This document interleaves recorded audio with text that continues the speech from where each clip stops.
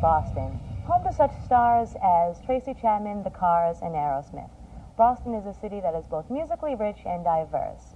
In this special presentation, we will zoom in on an intriguing hotbed of Boston rock and roll. I'm Jill Brown, and this is Inside Boston Rock, the scene behind the scene. Aerosmith in Boston paved the way for many young bands to follow in their footsteps. In the next hour, we'll see interviews with former Cars keyboardist Greg Hawkes and WBCN program director and DJ Edifice.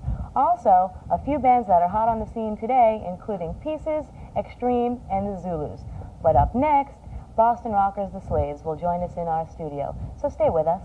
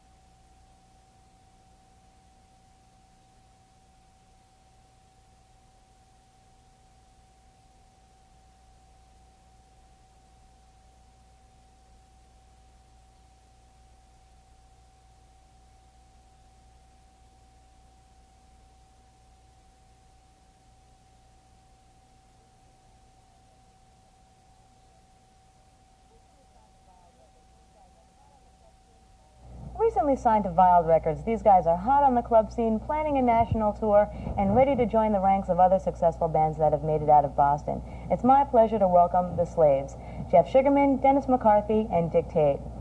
How long have you guys been together as a unit in the form of The Slaves?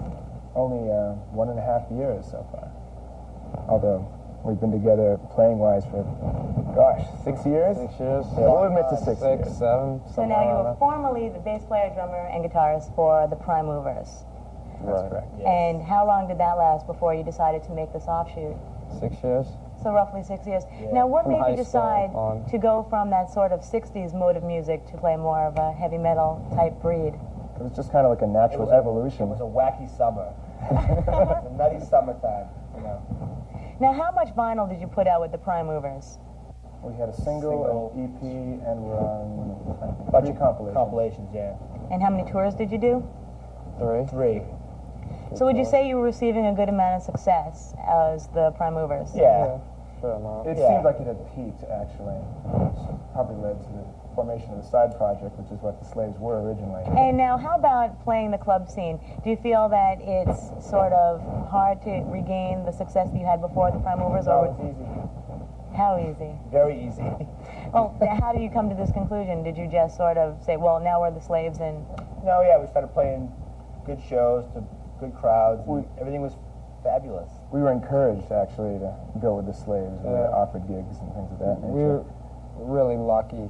I don't think most bands, you know, are able to come back so quick, but it worked out. I mean, we were able to go where we were and become bigger than the Prime Movers in a very short period of time, which was just lucky. It's obviously we were doing something that people liked, so it was, you know, just the right thing at the right time, I guess.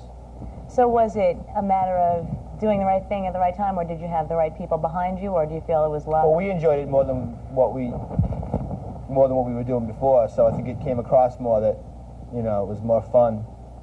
More fun for us and more fun for you.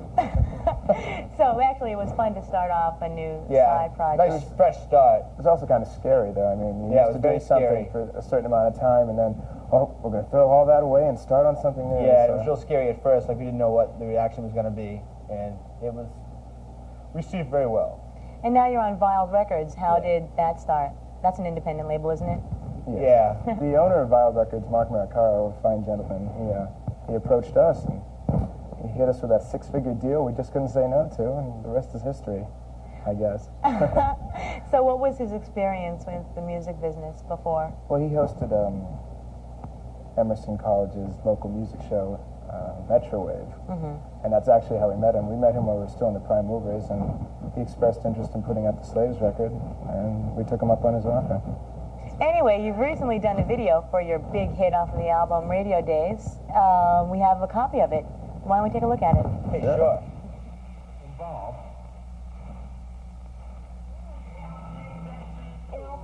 We haven't been getting along.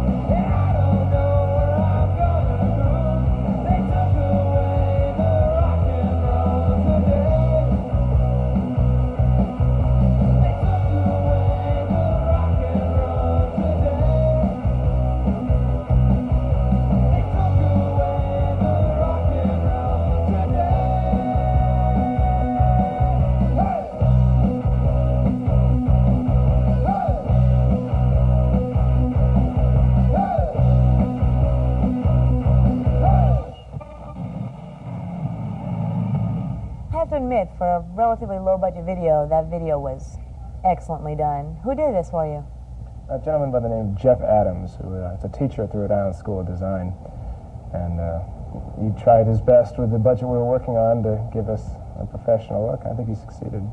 Now, how did you hook up with this guy? We met him through Mark, who owns Wild Records' sister Diane, and she introduced us to him, and everything worked out great. So it was a friend of a friend of a friend. Yeah. So Austin, now how long did that take to do? It wasn't an intricate video, but then again, it wasn't a boring video. It's really funny. Even a simple video takes forever. It's like pulling Does it teeth. take like 3 days? Was that like 3 days? Yeah, 3 days for 3 minutes. 3 days for 3 3 minutes. minutes, yeah. So what do you expect to accomplish with having this video out now? Well, basically, it'll give the country an idea of what a good-looking band we are, what a talented group we are, and how deserving we are of their monetary support. And basically, that's what every band hopes for their video to accomplish, and well, we have high hopes.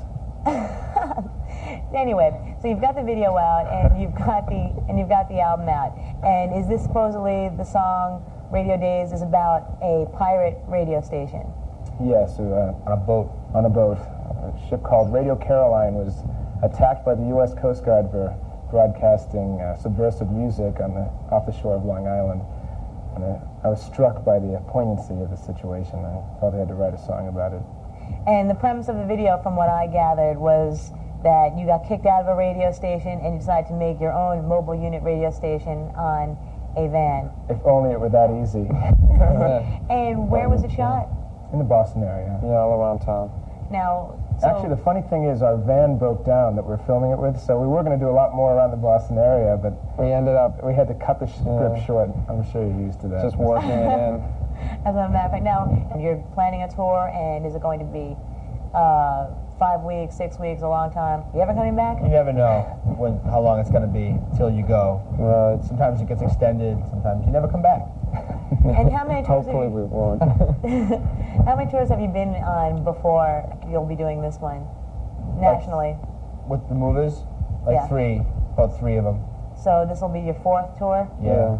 and it's going to be national. Yeah, you'll definitely Yeah. be Yeah. And the album is going to be reissued, you said. Re-released in September, yes. Excellent. And maybe a live EP Album as well. EP album, whatever. Well, I'd love to wish you the best of luck. Thanks for coming down to the studio. And we have to pause for a commercial. And after these messages, we'll be right back.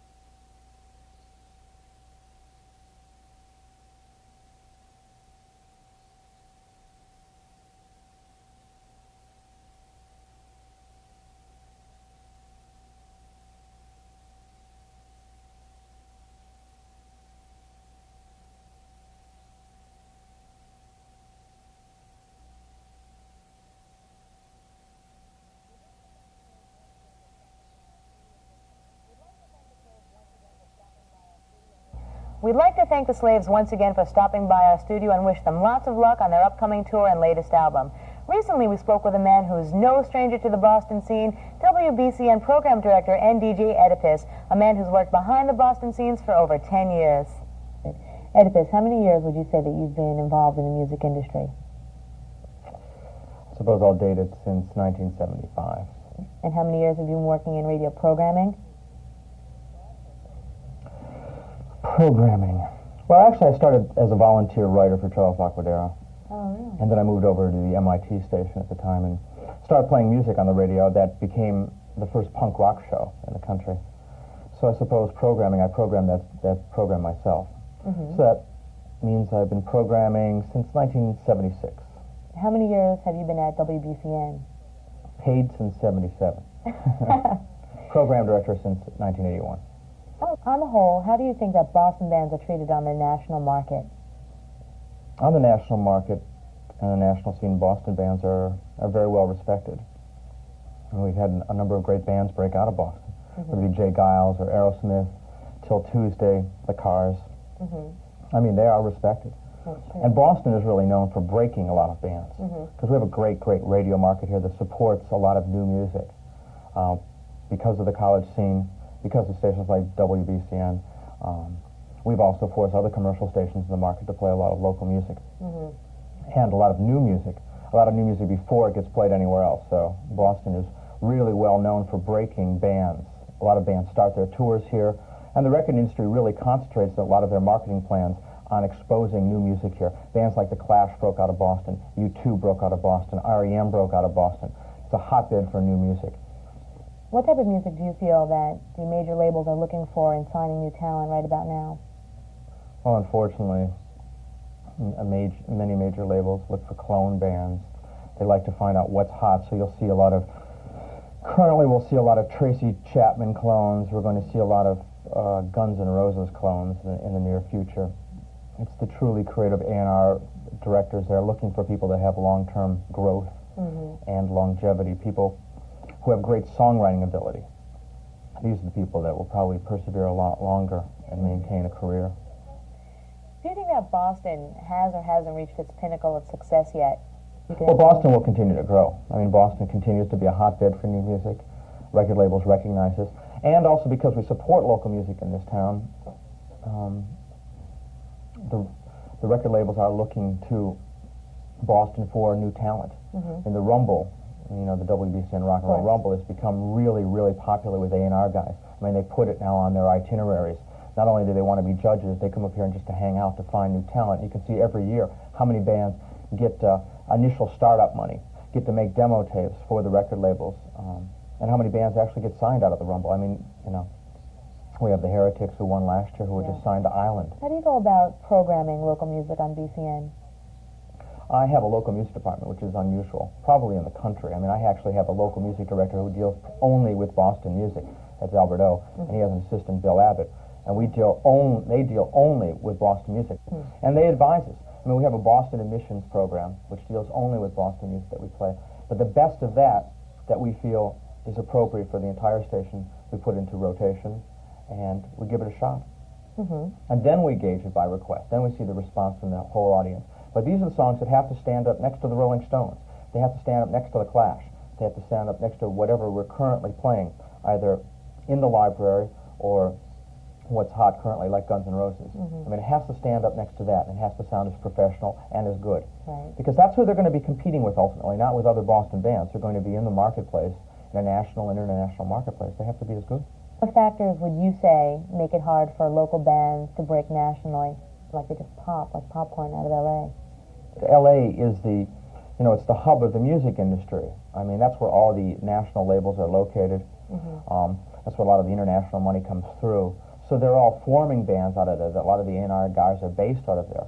So, I mean, they're putting together bands from all over. They'll take a guy from this obscure band and a guy from this obscure band. They'll put them together. So they're more like corporate bands. You don't have a lot of the club bands developing like in Boston. You don't have people. You don't have the A&R guys here putting together bands. You have bands putting themselves together. So we don't develop bands like they do in L.A. But here, the bands are more seasoned and they're more solid. Like they're conceptualized. And exactly, and you have to build your own image. I mean, many bands are called, as I said earlier, and few are chosen. But it's the bands that capture the public imagination. It's bands that rock and roll's a fantasy. A man who has certainly seen many a Boston act persevere and achieve national success. You can catch Oedipus every Sunday night on WBCN as he hosts Nocturnal Emissions. But up next, a look at the Boston Music Awards Outstanding Local Band of 1989, the Zulus. We spoke with Rich Gilbert, Larry Banger, and Malcolm Travis, one-time members of the Human Sexual Response, the outlandish pioneers of post-punk. That was in the early 80s. Now, nearly a decade later, they're joined by bassist Rich Cortese to form a new Boston sensation. They're called the Zulus.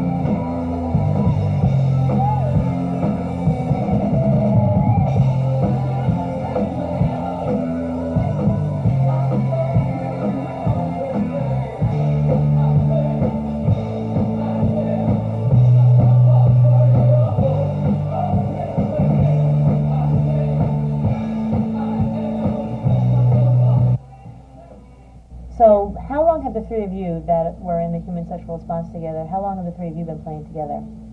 We've been playing together since '77. That's 12 years now.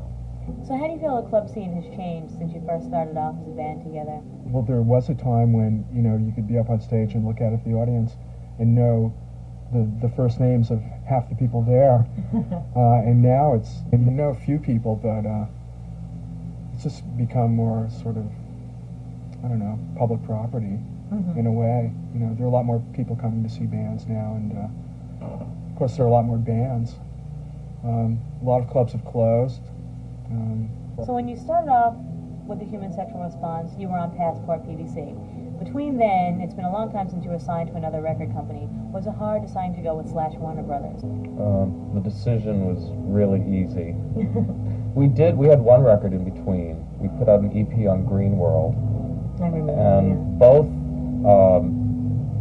that and Slash, it was just the companies came to us, and we didn't have, actually with Slash, some other companies got interested and were checking us out, but Slash really was the most interested, most sincere, and just made us the best offer, and we said sure. So you're getting a good deal of airplay now from commercial stations in Boston and probably all over the country. Were you always getting that much support, or do you feel that they started to recognize you more now that you're signed to a label? I mean, having the record out all of a sudden gives you credibility in the eyes of the commercial stations. When we couldn't get a record contract from anybody, we used to just make demo tapes that we would send around to record companies to try to get a contract, and then we would take songs off that tape and distribute them one at a time to radio stations around town. And the college stations were always completely behind it and would play us a lot, and that helped. But it was, I think, FNX just gave it a little bit more. It's so obnoxious to say, because it's kind of a vile concept, but it's like FNX playing us and supporting us gave it a little more credibility in the eyes of like a lot of like industry people. Because it's a commercial station. Because it's a commercial station, so it's like, you know, they trust their business acumen, I guess. Whereas with a college station, they just sort of think it's just those kids. Was there ever a time that you felt that you weren't getting enough support in Boston? Enough support from, say, the booking agents, from local newspapers, from the music papers, from radio stations, from fans? There was a definite period where we felt we weren't getting enough support, which is when we first started the band. And, you know, we've always attributed it to Human's backlash, you know, that just we lost a lot of fans and a lot of the media interest because we were doing something different. You know, maybe we were just terrible, but I don't believe it. And then it was when we started, basically when we started getting demo tapes played on the radio. It's like slowly, you know, we started filling these clubs. We get more people coming to see us. We get played on the radio a little more. And, you know, so until like the last 3 years probably, you know, we hardly had any attention. This is the perfect illustration. We played a show, I don't remember the name of the town, but we played a show and came out to do it, and there was one table with 2 people at it in the audience. They were the only people there. And I decided we should make personal contact, so just before we went on, I went up and said, "Hi, hope you enjoy the show." And they laughed halfway through. Oh my. What do you plan on accomplishing with the Zulus? Do you have any goals set, any goals in mind? I don't think it's a group goal. I don't think we have this group goal where we all sort of like have an idea about, you know, I mean, some bands get together and it's like they're, you know, formulating a corporate plan. It's because I just have this goal to like just play and become better at my instrument and find new things and just experiment and just keep myself guessing sort of musically and creatively. We've been playing together for over 10 years. We're writing the material, we're performing, we're putting records out. It's like, that's great. I'd like to be at the point someday where we could renegotiate a contract. I don't care if it's this one, but just, that must be a nice feeling. Do you know what you want to be doing 10 years from now? I want to be involved in something that just creatively excites me. Music, probably. Just keep doing it. I'd like to be making a little more money than I am. Keep it interesting for yourself and for your band members. The Zulus have just completed a tour supporting their debut album on Slash Records, Down on the Floor. And when we come back, an interview with Greg Hawkes, formerly of The Cars, and an in-depth look at the Boston heavy metal scene, featuring Extreme. So stay with us.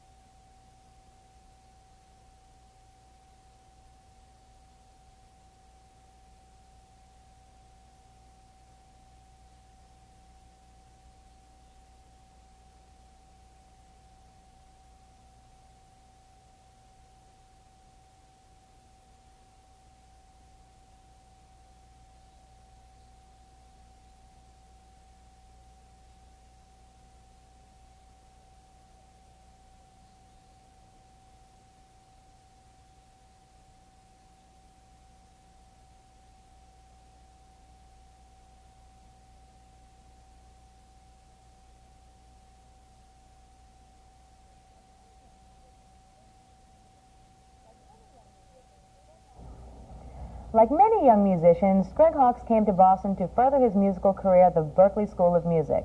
He met up with Rico Kasich and Benjamin Orr doing session work. Eventually, they joined forces with Elliot Easton and Dave Robinson, and then the Cars were born. Recently, we spoke with Greg Hawkes. So the Cars were definitely considered one of the forerunners of what was known as new wave rock and roll. How was the initial response to your kind of music, say from record companies, radio stations back then? Well, initial response locally, particular, was great. We started getting a lot of local airplay before we were ever signed to a label. And we had done a demo. We had done a live 2-track version of Just What I Needed, and I Think You're All I've Got Tonight. And there was a woman on WBCN named Maxanne Satori, who was a DJ. She had the afternoon slot. And she started playing it on her show, like, every day. Oh, great. And then all of a sudden, like, the other DJs on BCN started playing it. And then some of the other local stations, you know, sort of picked up on that. I think there was, what was it, WCOZ, which has since become ZOU. So what was the scene like then, when you were first starting out? The Rat was the big club in town for local bands.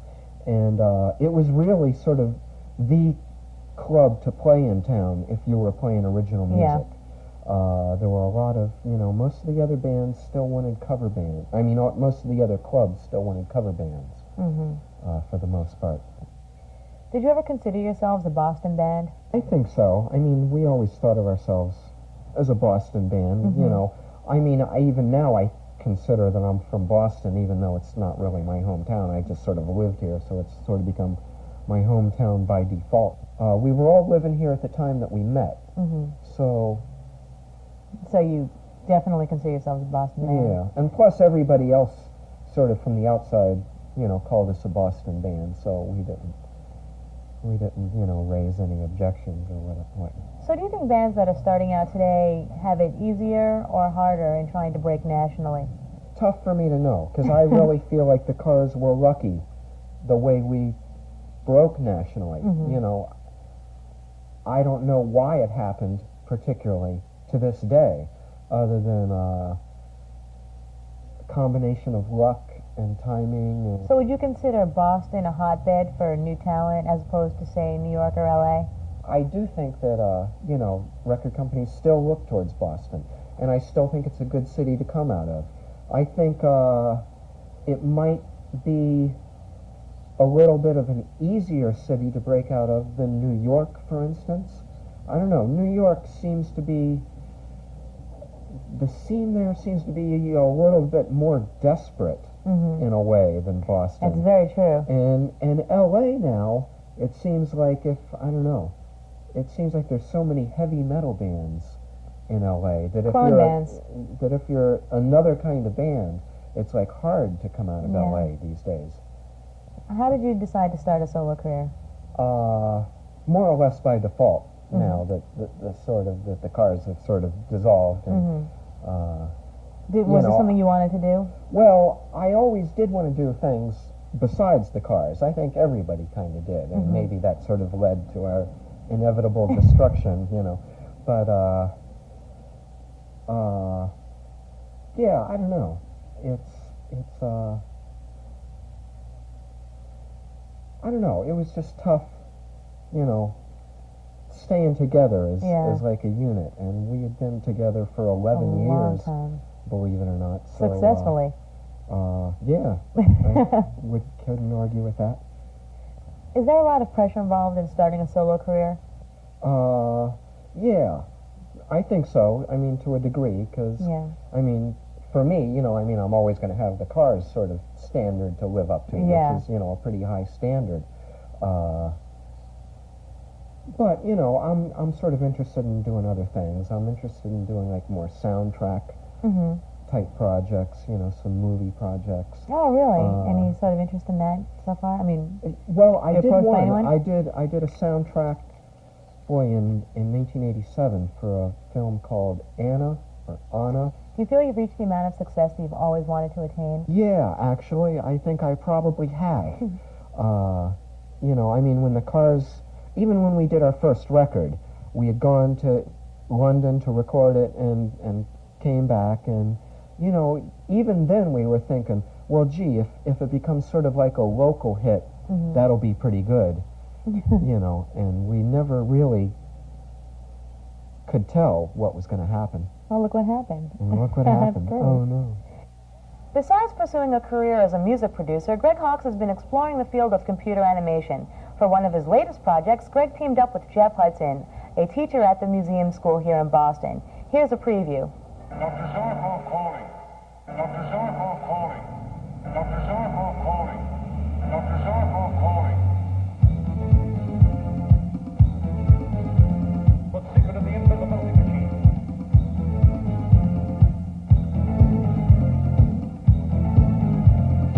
Zarkov calling.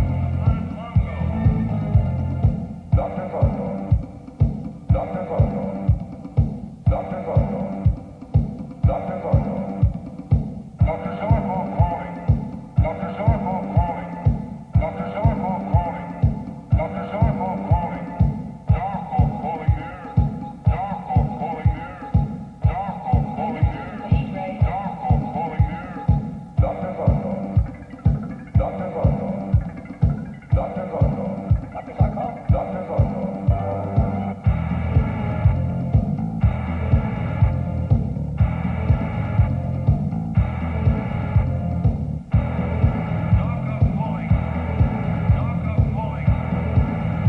Dr.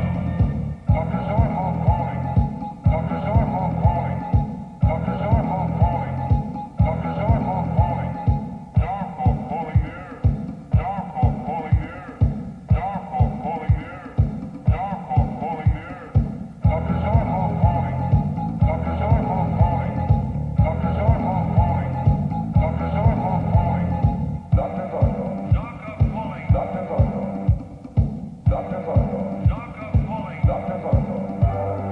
Dr. Zarkov. Dr. Zarkov. Dr. Zarkov.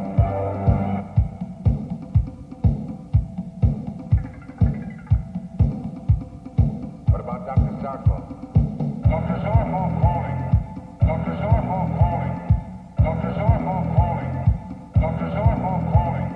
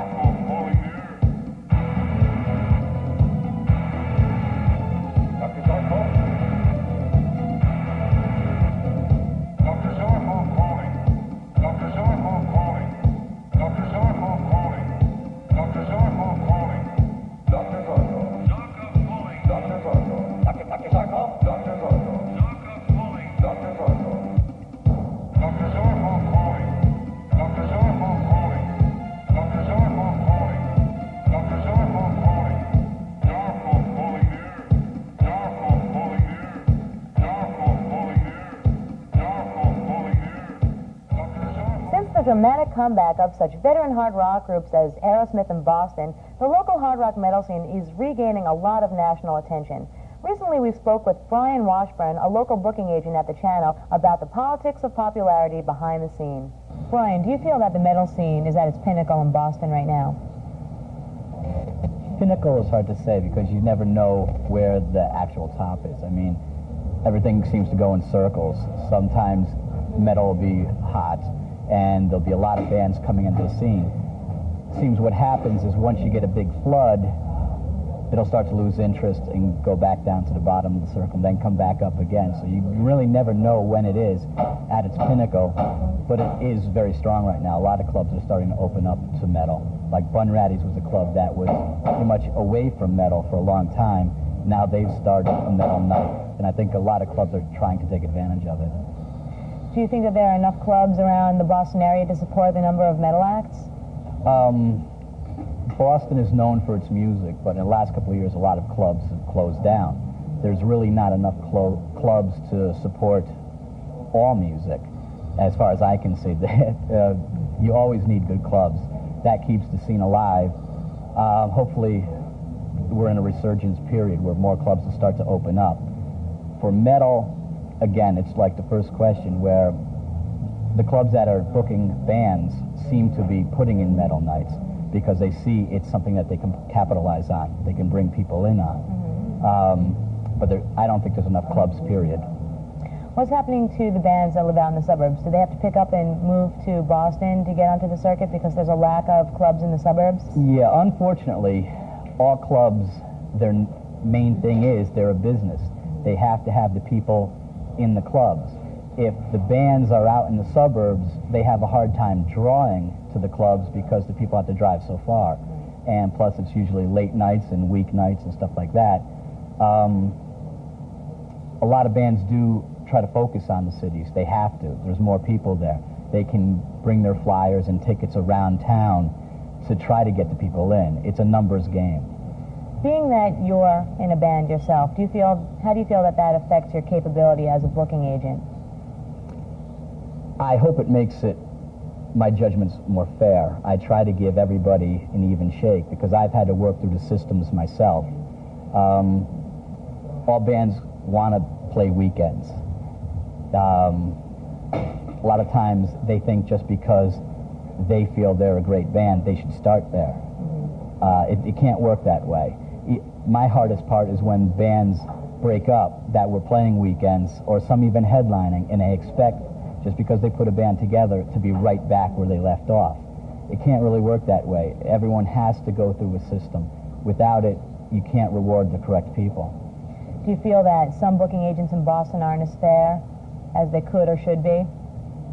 I think they're all doing the best they can, myself included. I'll make mistakes, and sometimes bands will think I'm hurting them or taking advantage of them.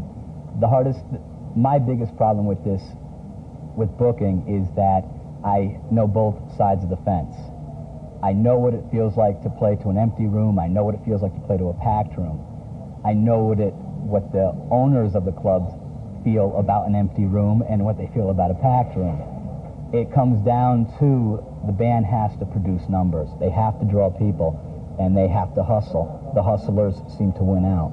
Have you seen a good deal of success stories come out of the Boston area, or do you think that some of these bands are getting overlooked in comparison to the bands in LA or New York? I don't think the Boston scene is ignored at all. There's bands that are coming out of the systems that are doing really well. A lot are getting signed. Now, the big metal bands seem to be coming out of LA right now. Maybe Boston's not looked on as a metal capital yet. There are a lot of good bands like Kid Crash, Pieces, and a lot of them coming up, like Sweet Cheater, that are great bands. They have to just get the experience a little bit more, and hopefully some of the LA people will check them out. So now when you're booking the metal shows at the channel, what do you look for in a new band? What do you look for in new talent? I want credible bands. I want bands that sound good and will look good, but they've got to produce numbers too, because it all comes down to a business. If the numbers aren't in the club won't be open. It'll be just another club that falls away. The bands have to understand that they have to work each show. But again, if a band is a great band musically, they're watched. They're not let go. Like if you had a bad band that did no tickets, they're not going to play again.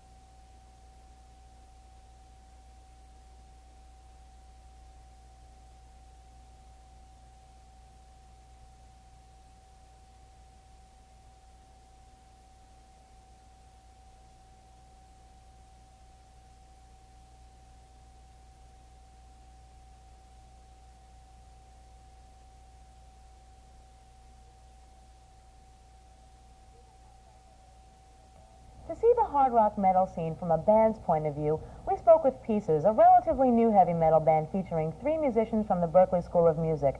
Also, Extreme, who have been touring the country in support of their latest debut album on A&M Records.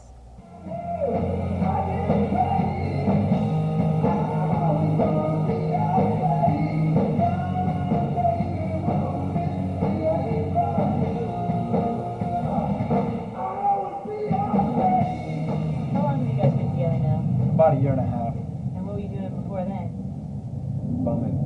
Bumming around. Are you working full-time jobs? I worked at a recording studio, Normandy Sound, and that was cool. But I mean, working in a small room for 70 hours a week, getting underpaid, really is not my idea of fun, you know. So how has the hard rock heavy metal scene changed since you guys first started out together?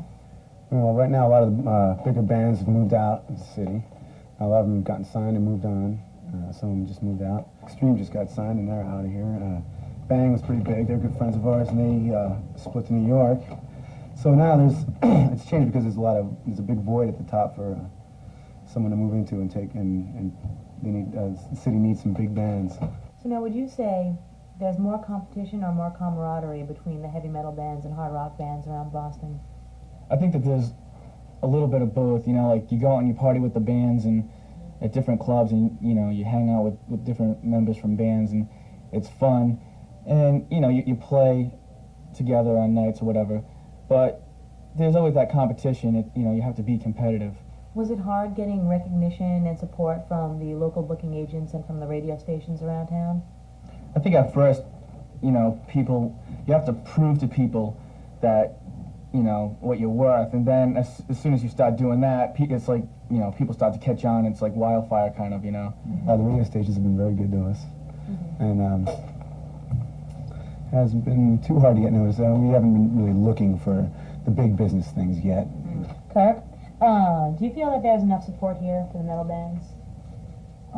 Yeah, I do. I mean, as many bands as there are compared to the amount of audience, I think it's a great. You know, we get great turnouts at the clubs, and everybody is into our music and stuff. And we couldn't ask for a better, you know, place to be in Boston. Boston has a great music scene. Did you ever feel like relocating? Did you ever get fed up with the Boston scene and want to start off somewhere else? We thought about it, like everybody does. We thought about relocating, but not because we were sick of Boston. I guess you get sick of anywhere you live. You live there long enough, you get sick of it. But no, it was more. We were thinking about moving more for. Trying to get noticed faster. I guess you go to LA here, everyone's getting signed, but we're not going to leave. We have to start from the bottom again. You know, we built up enough reputation around here that it's worth keeping. It's not worth moving out and starting from the bottom again. We like Boston, Red Sox, you know. I lived here all my life. I wouldn't really want to leave. Do you think you've always gotten a fair shake from the club scene? Yeah, I think so. You start getting very little money when you start playing. And then you just work for, you know, for that next gig that might pay a little bit more, and even though we don't make loads of cash, we're, you know, very happy with what we do. We don't take the money, we give it to our crew. and we're just happy to be able to play, you know. What do you think are some of the pros and cons of starting a band in Boston? Pros and cons. Depends on what kind of band you're in. A hard rock, heavy metal band is hard to start in Boston, I'd say. Not that there's so much competition, it's more that it's hard to get noticed because there's not a lot of hard rock or heavy metal in this town. And I think you have to be pretty unique if you're a metal band to be noticed in this town. You have to be unique and you have to be marketable, but not in a, you have to have a lot of talent. Be marketable that way, not just glam, not just looking good. So what are some of the pros? Some of the pros? If you have all those things, then you'll do great, you know? There are some of the pros. You get noticed quickly if you're good. What would you say makes Pieces different from all of the other hard rock metal bands in Boston? I think we write music that almost anyone can listen to. And I think being a three-piece is kind of unique, and I think that we can write music that will last for a long time. You can listen to it 10 years down the road, and I think we'll still like it. A lot of time and effort into writing. It's not completely categorized in one single way. You know, there's a lot of singing, and you know, there's a lot of heavy stuff, and you know, we can slow it down if we want. It doesn't bring the show down at all. You know, it's all very melodic. It's written with musicianship in mind. Our music is pretty different from most of the bands also that play in Boston. We're more of a hard rock type of music, and it's danceable, you know. People like to come and check out the music and shake their butt.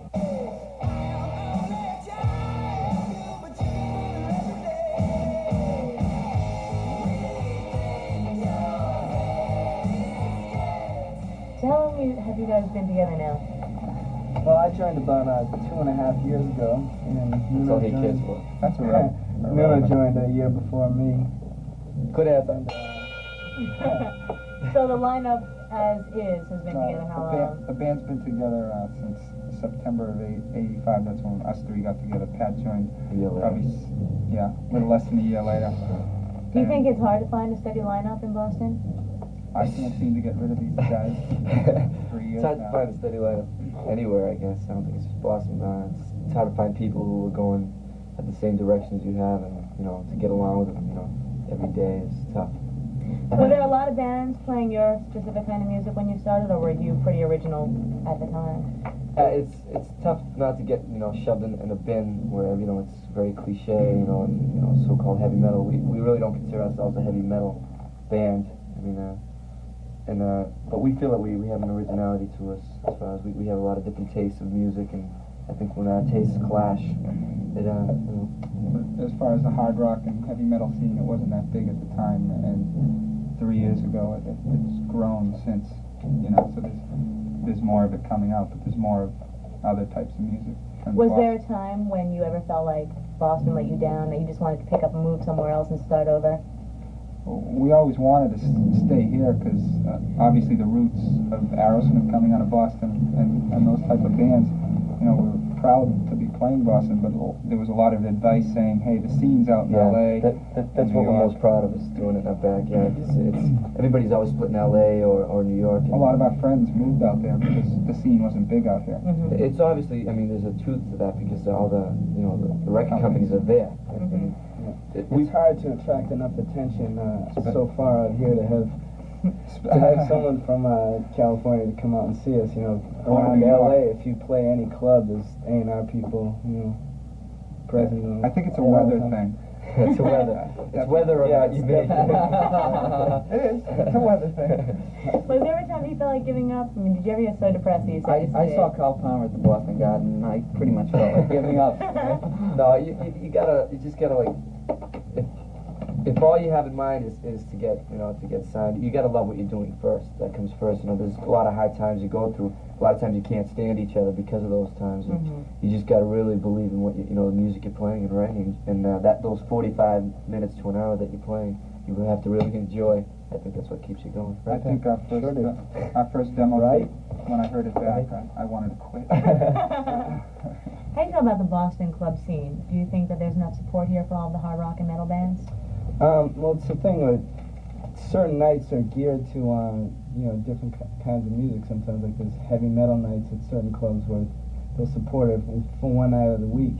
The important thing is to, you know, a lot of bands will be categorized as just a heavy metal band, whereas we've tried to keep, you know, we're just a hard rock band. We aren't, we don't want to be thrown in that barrel, so we can play any night of the week at different clubs. You know, we're not just subjected to that. So what about the club scene here, though? Did you ever feel like you were overlooked? Did you ever feel I think that we the were agents- overlooked by the media, more or less, maybe some radio and some publications, where we were growing with our audience, and it took the fact that we could fill clubs to have them not ignore us anymore. Because maybe it was because of the music we were playing and the general. Paying more attention to the trendy sometimes bands. the way it looks sometimes is that if a band has got their stuff together, you know, and is doing well, and they seem to ignore you a little because you don't really need help. Not to say that you don't need help, but when you have a following, a decent following, they don't seem to really support you because they feel that you don't need that support locally sometimes. So they a little ignore you. You know, we had trouble. We tried to get tapes. It seems to played me on in Boston, the scene is usually following the trendy bands, the bands that are doing this year's Which is great thing. for that, but You know. we're not trendy. Has the reality of your success started to kick in yet? The reality of success. I guess it really hasn't hit yet because ever since it started rolling, it kept us so busy with interviews, things such as this. And I guess every once in a while, you know, you're in bed and you sit back and sometimes you really can't believe that it's actually happening. But while you're doing it, you really don't. It doesn't hit you. But my mom says that I'm still a dope. So, And we all agree with her. Extreme's self-entitled album is hot, and so is their first music video, which has been steaming up the MTV video charts. It's called Kid Ego.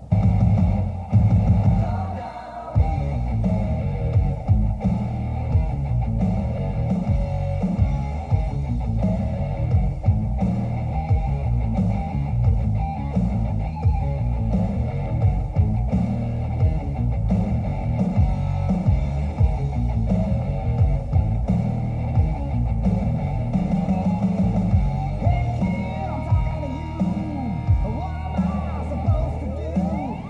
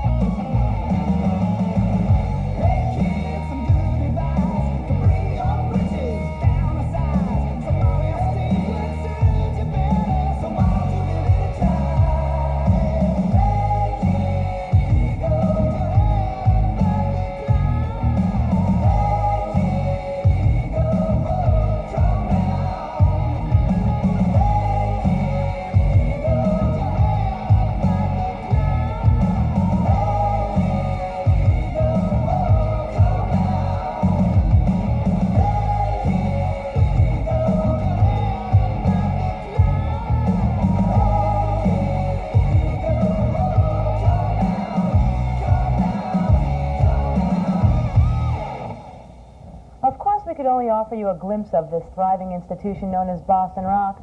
Though scenes and faces may change, one thing remains constant. Boston, as always, will continue to breed first-rate talent deserving of national and international recognition. For Inside Boston Rock, the scene behind the scene, I'm Jill Brown. Thanks for joining us.